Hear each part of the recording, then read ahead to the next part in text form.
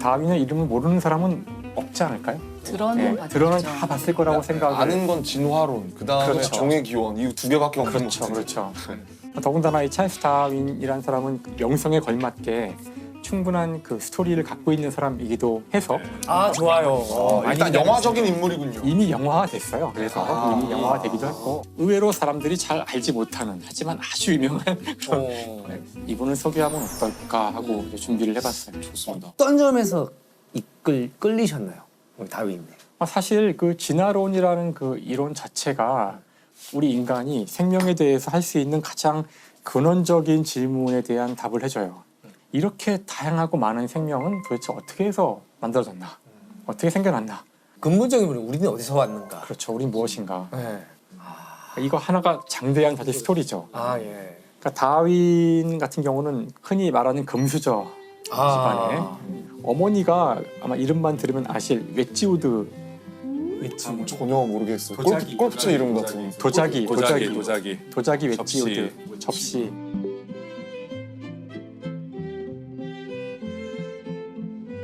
그래서 금수저 집안에서 태어났기 때문에 사실 평생을 제대로 된 직업을 가진 적이 없었어요. 한량이었어요? 그거를 한량이라고 하기엔 돈이 많아서 사실 직업에 대한 걱정은 크게 없었는데 아무튼 그래서 집에선 당연히 의사가 되거나 아니면 뭐 신학자가 되거나 근데 다윈은 흥미가 없었기 때문에 이제 당연히 이제 의사는 재미가 없어서 그만두고 때려치고 그래서 결국은 신학에서 학위를 받게 돼요. 와. 다윈이 신학 학위가 있어요? 아이러니네요. 근데 이제 그 신학 학위를 받은 바로 그때 비글호를 타게 돼요. 비글호요? 이름이 비글호예요? 배 비글을 좋아하셨나? 비글호는 배고요. 그 배는 이제 당시 영국 해군의 미션을 받아서 남미를 측량하러 가는 그런 일을 맡게 돼요. 남미. 근데 어쩌다가 그 배를? 그러니까 신학 학위를 받았는데 왜 그 배를 타게 된 거예요?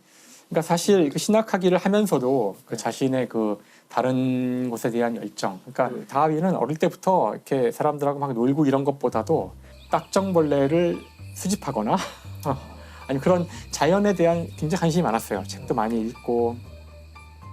그래서 이제 그런 쪽의 사람들도 많이 만나서 그 당대에 유명했던 지질학자나 이런 생물학자들하고 교류를 많이 했고요. 그래서 이제 그 중에 한 사람이 비글호가 이런 임무를 가지고 떠나는데 여기 이제 박물학자 한 사람을 구하고 있었거든요. 그래서 이 사람 저 사람 이제 알아보다가 많은 사람들이 나 못 가 뭐 여러 가지 이유로 못 가서 이게 쭉 돌고 돌아서 다윈까지 온 거예요. 근데 박물학자가 뭐예요? 박물. 물. 다양한 것을 모으고. 그렇죠. 네. 수집하고 이런 거죠. 네. 우리 박물관 할 때 그 박물. 맞아요. 그때 다양한 거를 수집할 수 있는 가장 좋은 방법은 새로운 땅에 가는 건데 그래서 당시 이제 그런 학자를 찾았기 때문에 다윈한테 해보지 않겠냐? 그래서 당연히 이 사람은 너무 하고 너무 좋아 이거는. 새로운 거. 그래서 결국은 이제 배를 타게 되죠.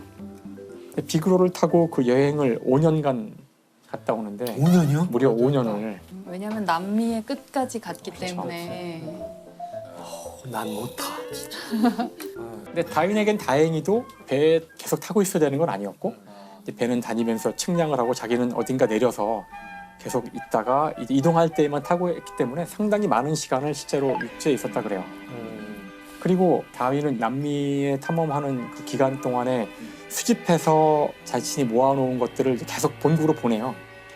보내서 박제로 만들어 보내기도 하고 뭐 새로운 이제 화석도 찾아내고 그래서 다윈은 이미 그것만으로도 그 유명한 과학자가 되긴 됐었어요. 그 탐험 여행 끝에 이제 남미를 다 돌아보고 남미를 떠나서 갔던 첫 번째 섬이 바로 갈라파고스였어요.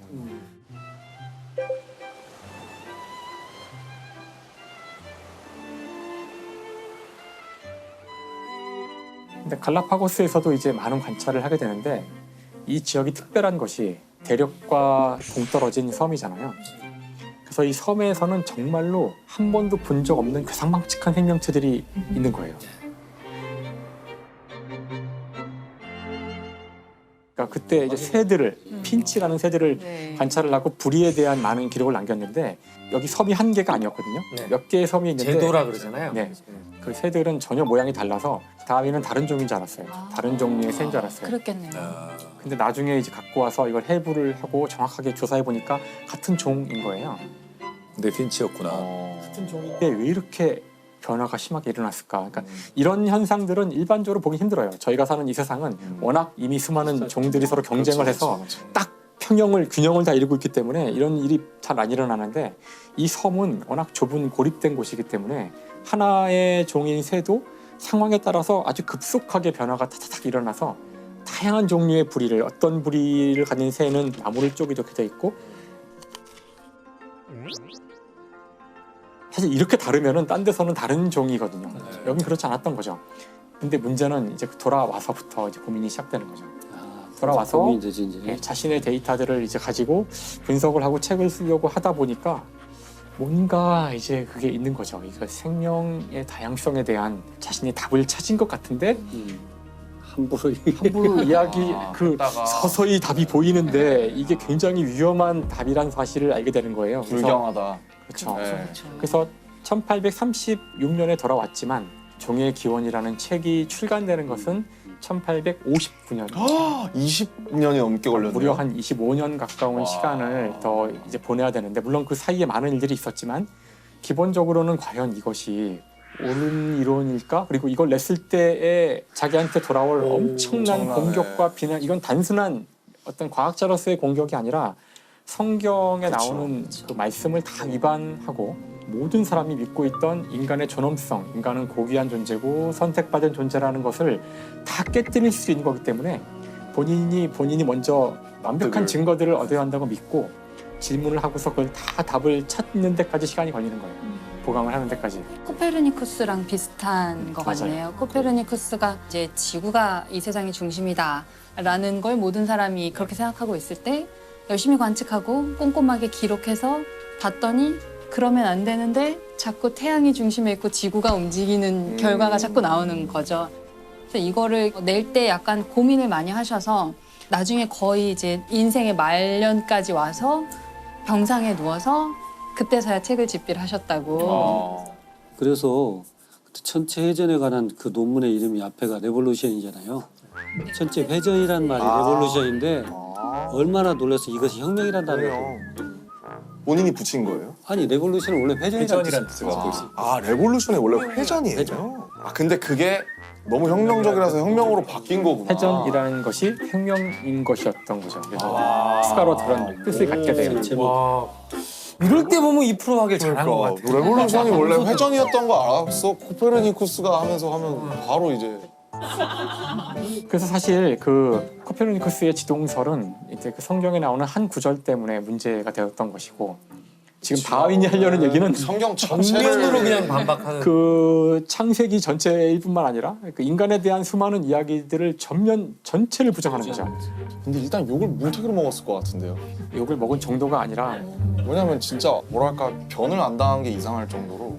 심지어 본인도 고민을 많이 하는데 이 다윈의 와이프가 독실한 또 신자였거든요.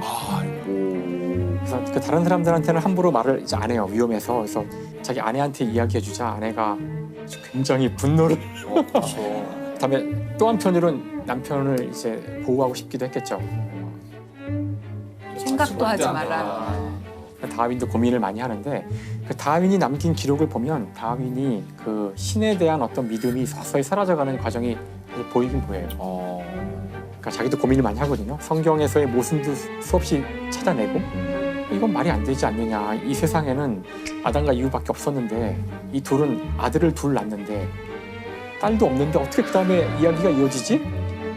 이런 식으로 이제 성경 자체에서도 수많은 문제점들을 찾아내면서 좀 이상하다라고 이야기도 하고 다음에 본인이 연구를 진행해 가면서 이렇게 진화에 대한 증거가 많은데 성경이 맞을 수가 있겠느냐.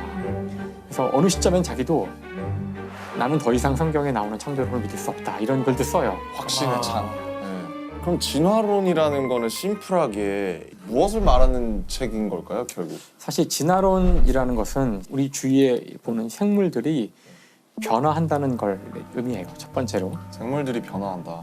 그러니까 그 전까지 사람들은 우리 주변에 있는 많은 이 생물들은 언제부터인지 모르지만 뭐 신이 창조했든 그냥 계속 이런 모습으로 있었을 거야라고 믿고 있었죠.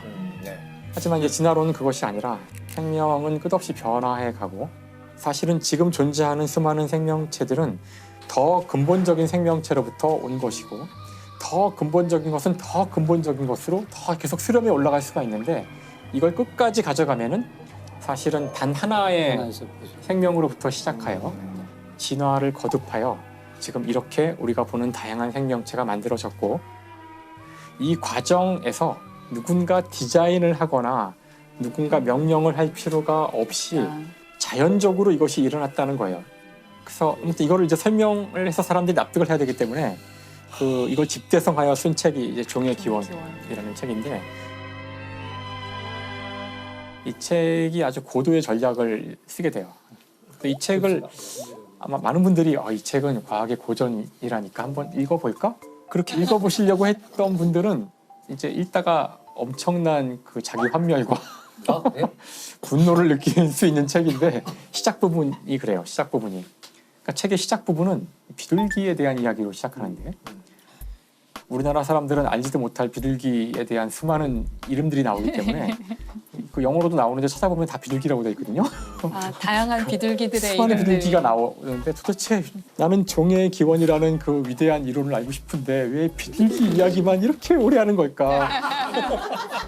이게 이제 당시 그 다윈이 살던 시대, 그 시대에는 비둘기뿐만 아니라 강아지도 그렇고요, 고양이도 그렇고 그걸 잘 키워가지고 아주 독특한 형태로 만드는 게 되게 유행이었어요.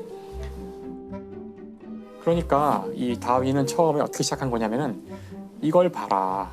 인간이 개입하여 특별한 결과를 얻고 싶을 때 비둘기를 가지고 이미 우리는 수많은 교배를 통해서 원하는 형질을 얻어왔다.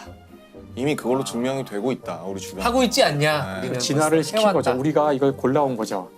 우리도 혈통종은 걔끼리 계속 했듯이. 아, 네. 맞아요. 사실 그러니까 이미 사람들한테 익숙한 이 비둘기라든가 이 강아지라든가 이런 교배시키는 것을 먼저 설명을 한 거예요. 그러기 위해서 굉장히 지루하지만 지금 우리가 보기엔 근데 이게 당대에는 지루하지 않았대요. 아, 그럴 수도 비둘기 있겠네. 얘네 집에서도 비둘기 키우고 저기 집에서도 네. 비둘기 키우니까 심지어 출판사에서는 이 원고를 받은 다음에 이게 입담하는 원고인데 이 책을 다 출판하기보다 요 일장 앞쪽만. 요 비둘기 요 일장만 따로 내면 이거 대박이다. 대박 칠 거다. 이거 우리 분리합시다. 네. 근데 이건 이제 다윈의 그 의도를 몰랐던 거고 아, 다윈은 이거는 사실 이걸 말하려고 쓴 건데 접근법이 굉장히 스무스하네요. 그래서 사실 이 책에서 저는 가장 좋아하는 부분이 중간에 이 비둘기 얘기가 끝난 다음에 진짜 본인이 하고 싶은 이야기로 가는 전환부가 있는데요. 거기에 아주 제가 보기엔 위대한 접속사가 나와요. 위대한 접속사. 하물며. 하물며라는 하물며라는 접속사가 나오는데 이 앞에 문장이 뭐냐 하면은 이처럼 우리 인간은 비둘기와 다른 동물들을 우리가 원하는 쪽으로 교배를 통해서 개량해 왔다는 거예요. 개량해 왔다. 하물며 자연은 수많은 생명체의 경쟁을 통해서 이것들을 그 환경에 맞도록 계속 선택을 해왔다는 거예요. 자연 선택이 거기서 나와. 그렇죠. 바로 인간이 해왔던 것을 이 자연 전체가 그 순간의 환경에 가장 적합한 존재들을 선택해왔고 이 생명종 전체를 바꿔왔다. 자연이. 네, 바로 이 얘기를 그리고 나는 지금부터 그 증거들을 하나씩 보여주겠고 거기서 나올 수 있는 모든 질문에 다 답을 할 것이다. 야, 준비가 다 됐으니까. 그러니까 25년이 걸렸구나. 야, 그런 책이라고는 생각 못했어요. 왜냐면 이거는 단순히 어떤 새로운 발견이 아니라 인간을 능멸하는 걸 수도 있거든요. 인간의 어떤 자존심을 건드린 거라서 문제가 된 거죠. 거북했을 수 있죠. 거북했을 수 있어요. 네, 네. 그러니까 사실 지구상의 모든 생명체는 어느 한순간에 정확히는 모르지만 한 38억 년 전쯤에 지구에서 시작되어서 그 이후에 똑같은 시간 동안 진화해 온 거예요.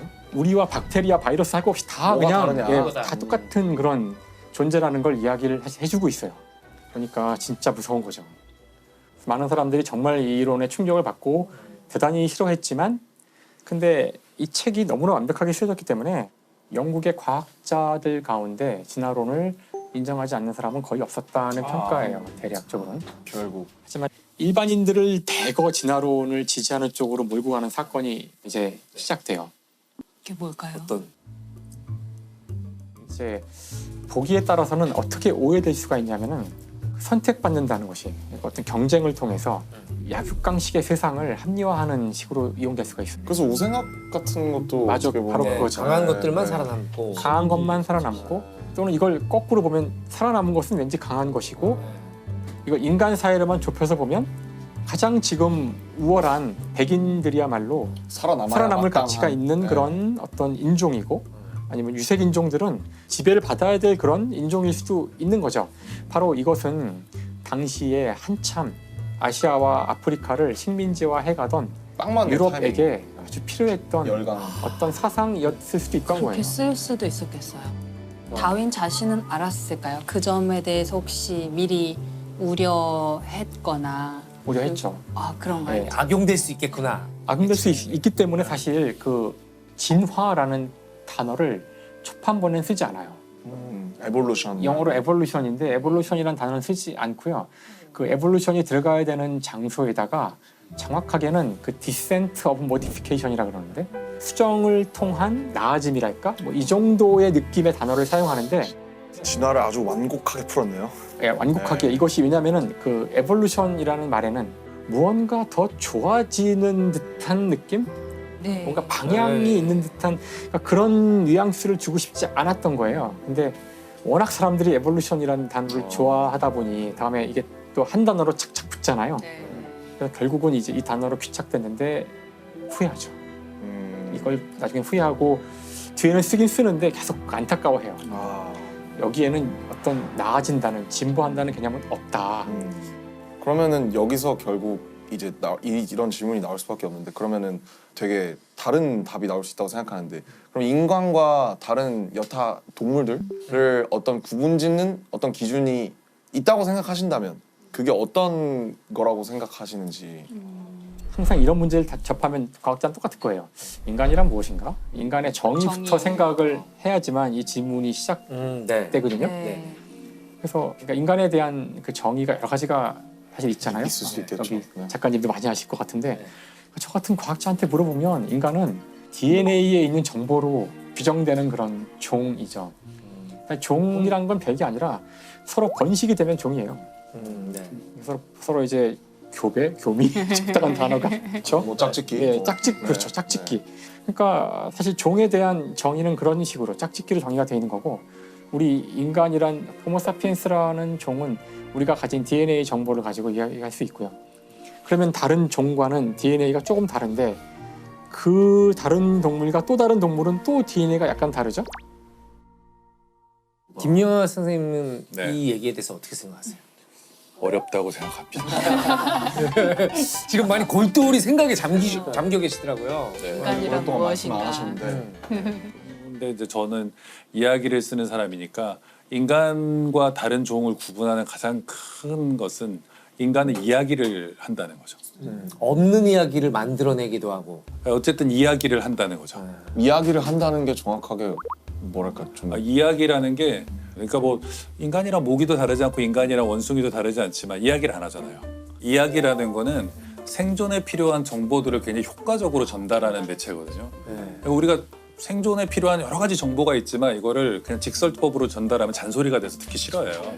늑대 조심해라, 뭐 호랑이 조심해라 이런 거보다는 늑대와 호랑이에 관한 무서운 얘기를 애들한테 들려주면 옛날에 각인이 되는 거죠. 늑대는 진짜 무서운 거구나. 그러니까 그게 또 감정으로 전해지기 때문에 정보로 듣는 것보다는 감정으로 우리가 들으면 몸이 반응하거든요. 이런 식으로 해서 이런 정보들을 효과적으로 전승하고 전파시키고 심지어 막 퍼져나가기까지 하잖아요. 네. 이런 것들을 잘하는 어떤 인류가 살아남아요. 득세했을 가능성이 있다는 거예요.